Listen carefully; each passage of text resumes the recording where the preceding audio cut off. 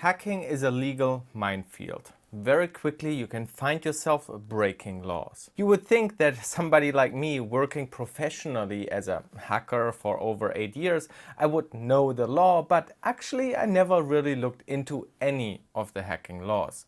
So I guess it was overdue. While the legal system is not as cool as an operating system, it can still be interesting trying to understand the legal boundaries. So let's dig into the law with our hacker mindset.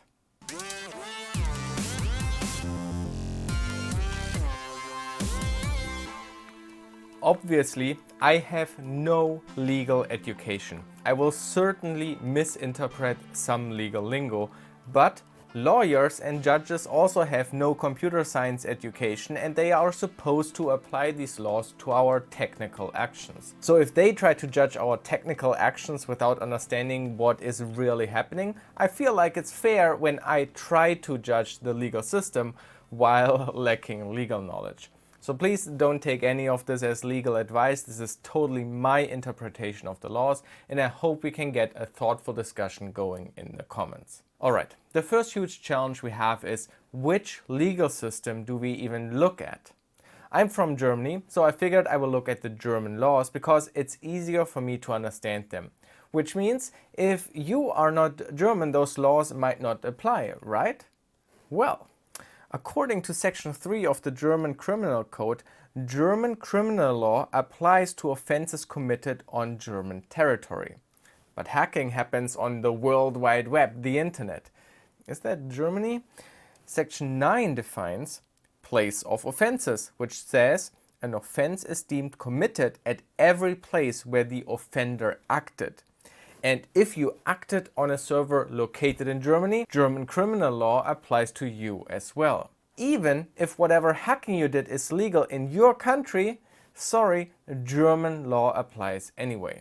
Marcus Hutchins, for example, was from the UK when he developed some malware code which ended up in the Kronos malware, legally a bit risky, and when he set foot into the US, they arrested him. It's an extreme example, and surely it doesn't happen for small hacking offenses, but it shows knowing the laws of other countries can be important. And of course, laws are more or less similar in different countries. So all in all, I think even if you are not from Germany, stay here and explore the laws with me.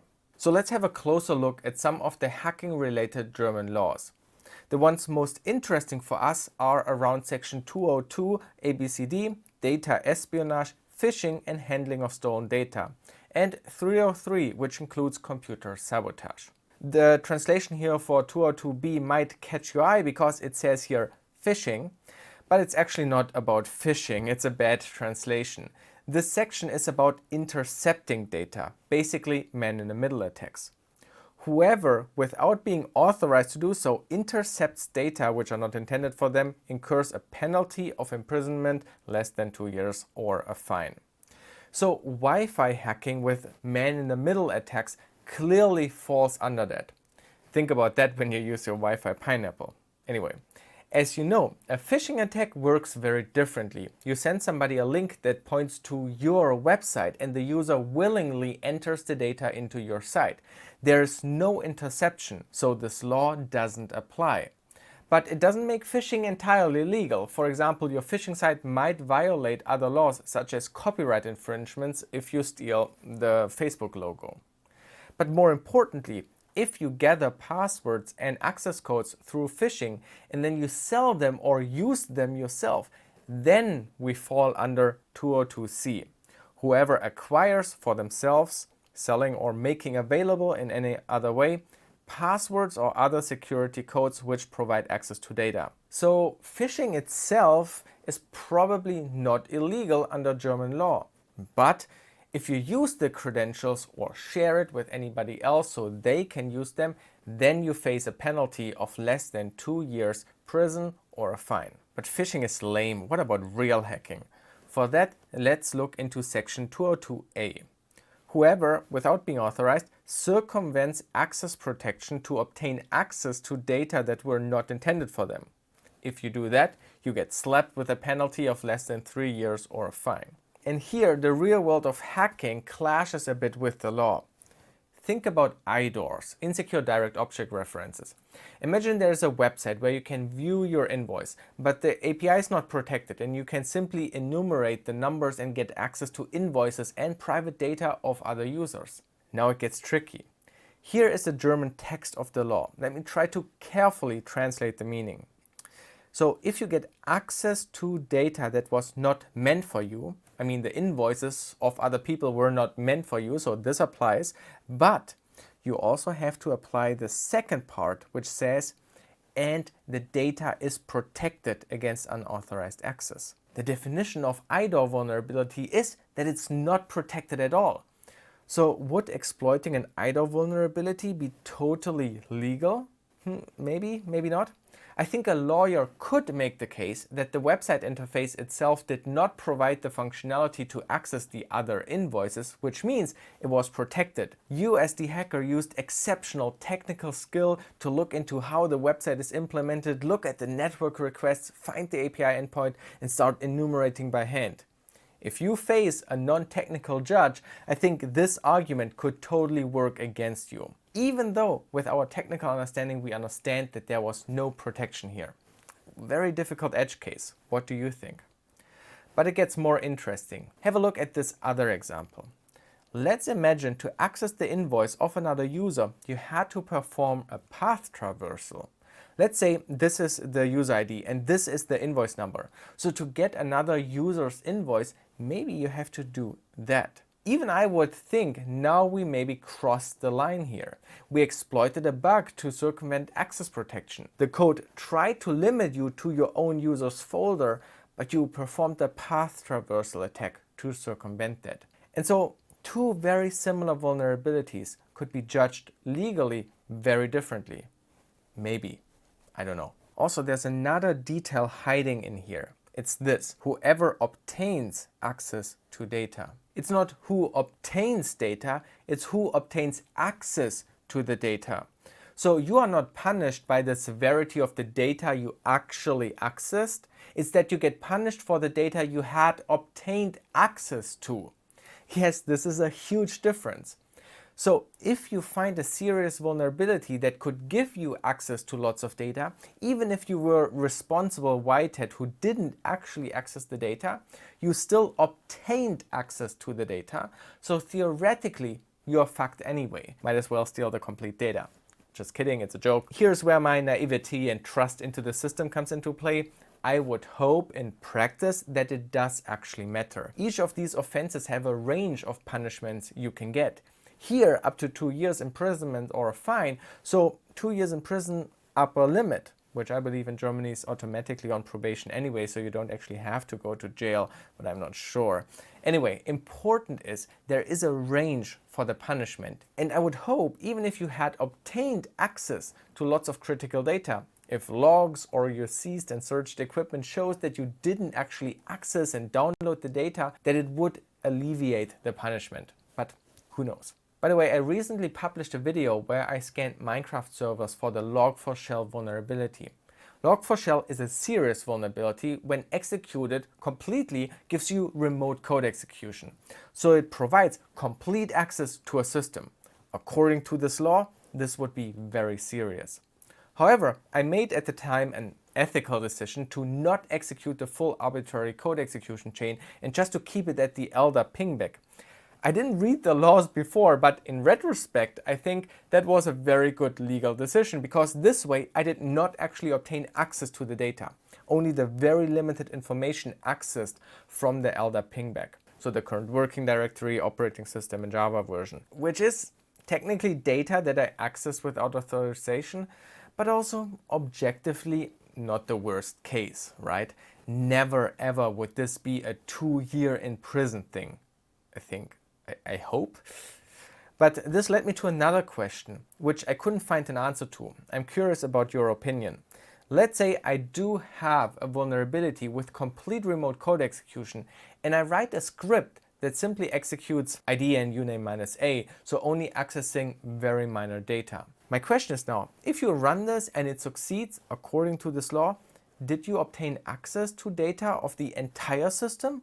Or because you implemented technical limitations, you hard-coded the commands, this maybe prevented you from obtaining full access? I would argue you would have to rewrite this code or develop an entirely new tool to exploit the vulnerability again in a way to actually obtain access to all the data on the system, for example giving you a reverse shell. This is my very liberal and naive interpretation of the law. To me, this seems a reasonable argument to say, no, in this case I did not obtain access to all data.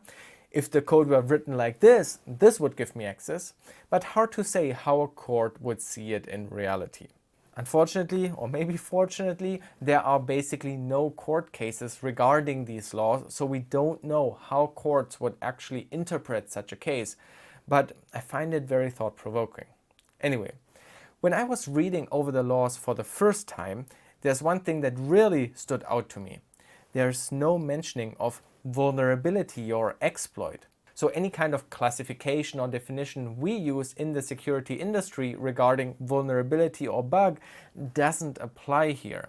As soon as we get unauthorized access to data that was somehow protected, whatever protected means, we have a legal problem. So keep that in mind. And LiveOverflow from the future here, I just realized that this should also mean if you test on a website but only ever target your own test account, you should be fine. For example, account takeovers, XSS, CSRF, as long as you are careful what vulnerabilities you test, where you cannot obtain access to other users' data, I think it could be legal. But of course, not sure, definitely a walk on the edge of the cliff. Another detail that I found very interesting is that the attempt is not punishable for any of these paragraphs. This is interesting because there are criminal laws where the attempt is criminal, attempted murder for example, but attempting to circumvent protections to gain access to data is not punishable. Which has interesting implications for the example for internet-wide scanning of vulnerabilities.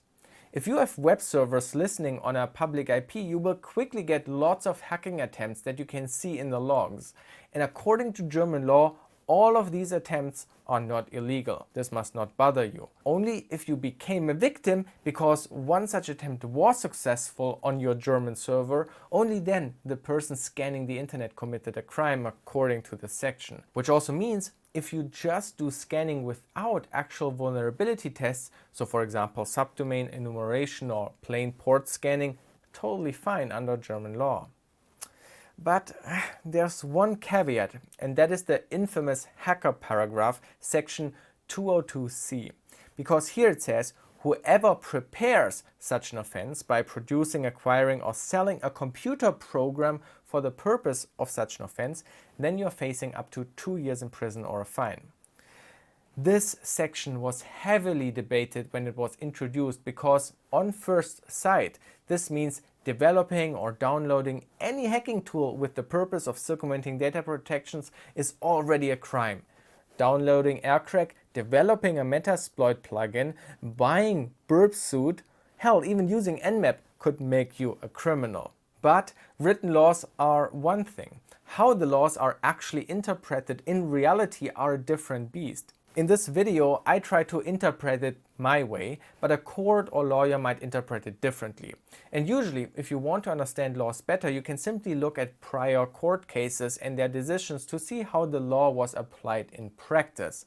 And as I previously said, we have almost no court cases about this stuff. Except this hacker paragraph. This was challenged a lot and it even went up to the Federal Constitutional Court, who went over a few cases and provided very long and detailed decisions why all of the examples are fine and not punishable under this law. For example, one case was about Nmap. It's included in a lot of Linux distributions, so is downloading that already a crime?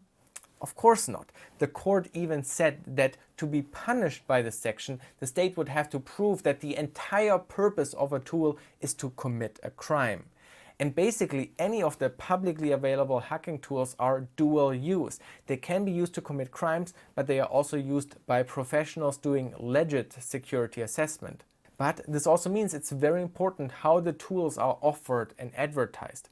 For example, TeamViewer is a software to gain remote access to a system, or even SSH can be installed and provides remote access to a system to do anything. And a remote access Trojan does the same. same functionality. So what's the legal difference? If you would develop a rat and sell it primarily on a hacking forum, then this software probably falls under this law and you committed a crime by developing or buying it. So I think the federal court's decision shows us what the lawmakers really intended with these laws. I'm a very naive person and I always like to think nobody wanted to do anything bad, and my expectation is that these laws are applied reasonably for people with malicious intentions. Of course, these laws can be interpreted in many ways, and in the most cynic interpretation, this would be killing the entire security industry in Germany. So it makes sense that the law is not applied this broadly and that it has very specific goals. Okay, we talked a lot about section 202, but I mentioned there is another section, 303. 303A is about data manipulation and 303B, computer sabotage. Whoever unlawfully deletes, suppresses, renders unusable or alters data gets less than 2 years or a fine. But also, the attempt is punishable. So unlike before, when we test various vulnerabilities, all these attempts are not illegal. But, for example, trying to distribute a ransomware which deletes or alters the data, clearly a crime. The attempt is punishable. When I read this, I was immediately asking myself, let's say I test a remote code execution vulnerability and you simply try to print cat etc pass WD. According to the previous law 202A, the attempt is not a crime. Only if you would be successful, then the law applies. But if your payload was rm-rf, now you try to delete all files on a system. Now it seems like the attempt is a crime. And very similar 303B about computer sabotage. If you somehow interrupt systems with substantial importance, for example with a denial of service attack, the attempt is punishable. Now, the system has to be of substantial importance, so it probably doesn't apply to your basic website, but maybe targeting a bank that is of substantial importance. So, should we commit a crime? Let me look up command injection payloads. Let's grab this one. We had a fork bomb, which if executed could bring the server to the knees, and add rm-rf to wipe all files of the system. This one would be a double crime because it is data manipulation and sabotage of processing operations because we attempt to delete the server files. Let me send it to my bank. Oh fuck! Just kidding. But did I really just commit a crime on YouTube? Well, I don't think I did. Or I hope I did not.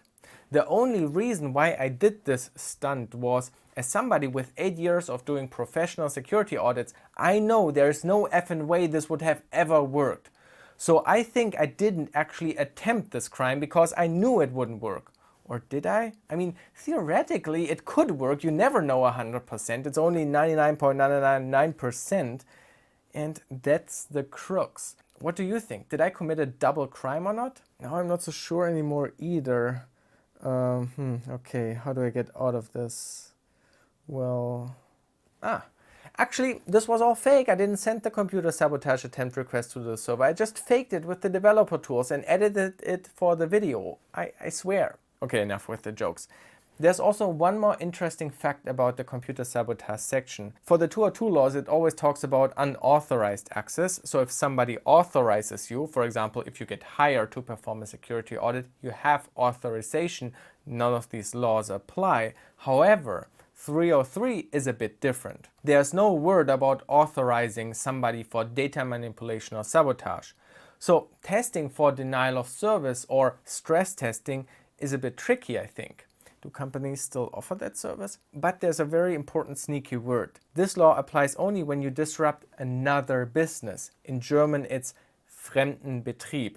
It basically means if it's your own business, you can disrupt it and you can give somebody else the permission to do so, but it has to be literally your business. This means an employee of your business cannot give permission to a contractor to test because it's not their business. So if you basically want to test for denial of services, I guess you would require permission of the person actually owning the business, not a manager lower down the chain. Anyway, As you can see, it's very difficult to properly assess different legal situations, mostly because we don't have lots of court cases. I interpreted the law in a certain way, but there's always a chance a court or a lawyer interprets it differently. So don't make me responsible for anything, please. Think for yourself, and when in doubt, contact a lawyer, who of course also can give you no guarantees and just shares their interpretation of a case, which means in the end, make sure you act with a clean conscience. For example, with my Minecraft server vulnerability scan, I might have crossed some laws, but I did the project in a way where I believe it is harmless and I can still sleep at night. That obviously doesn't protect me from legal trouble, but I have a naive belief in the justice system that it can recognize cases without malicious intent. There are so many actual serious cases of hacking that deserve attention instead. But who knows, I can assure you if I ever get in legal troubles, I would milk it for content on YouTube anyway. Okay, so the lesson of the video is of course, don't do crimes.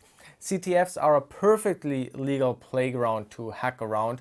Bug bounty is great, but also don't overstep the lines. If you abuse vulnerabilities beyond the initial verification, you can still run into legal troubles. And yeah, let me know what you think. I've had tons of legal discussions after my Minecraft video. I learned a lot and I hope you did too. I'm really looking forward to reading your interpretations or comparisons to your local laws below in the comments. So go ahead, share your opinions below, but please don't sue me.